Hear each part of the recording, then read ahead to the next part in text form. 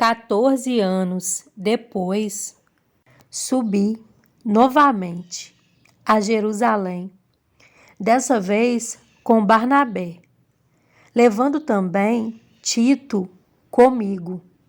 Fui para lá por causa de uma revelação e expus diante deles o evangelho que prego entre os gentios, fazendo-o, porém, em particular, aos que pareciam mais influentes, para não correr ou ter corrido em vão. Mas nem mesmo Tito, que estava comigo, foi obrigado a circuncidar-se, apesar de ser grego. Essa questão foi levantada porque alguns falsos irmãos infiltraram-se em nosso meio para espionar a liberdade que temos em Cristo Jesus e nos reduzir à escravidão. Não nos submetemos a eles, nem por um instante, para que a verdade do Evangelho permanecesse com vocês.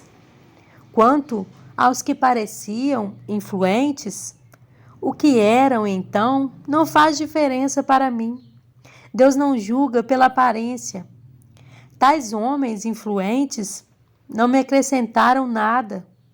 Pelo contrário, reconheceram que a mim havia sido confiada a pregação do Evangelho aos incircuncisos, assim como a Pedro aos circuncisos. Pois Deus, que operou por meio de Pedro como apóstolo aos circuncisos, também operou por meu intermédio para com os gentios, reconhecendo a graça que me fora concedida. Tiago, Pedro e João, tidos como colunas, estenderam a mão direita a mim e a Barnabé, em sinal de comunhão. Eles concordaram em que devíamos nos dirigir aos gentios, e eles aos circuncisos. Somente pediram que nos lembrássemos dos pobres, o que me esforcei por fazer.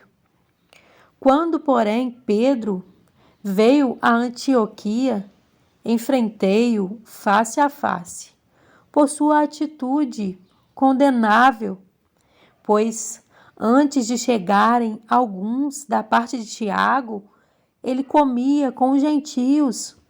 Quando, porém, eles chegaram, afastou-se e separou-se dos gentios, temendo os que eram da circuncisão.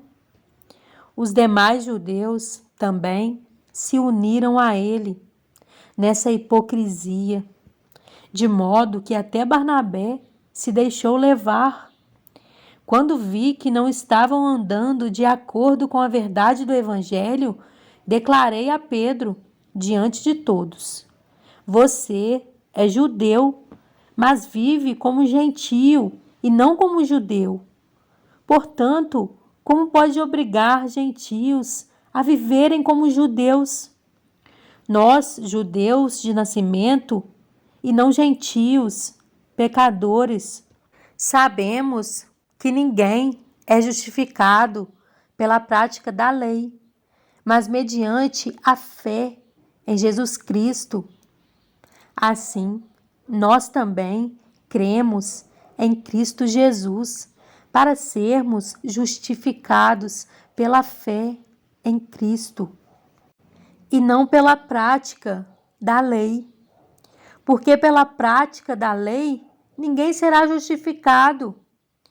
Se, porém, procurando ser justificados em Cristo, descobrimos que nós mesmos somos pecadores, será Cristo, então, ministro do pecado? De modo algum.